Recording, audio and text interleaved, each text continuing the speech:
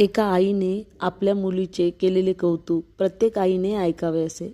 चला तर मग प्रिय मराठीवरती ऐकू आईचे कौतुक. आमच्या संसारात सर्वात मोठं लेणं आहे आमची मुलगी.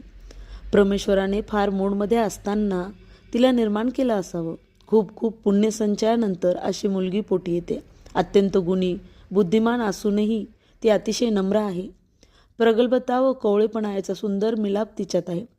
आमच्या दोघातही अनेक कमतरता आहेत, माझ्यात तर खूपच. पण तिने आमचे दोघांचे दुर्गुण टाळून स्वतःला एक परिपक्व व्यक्ती बनवलं आहे.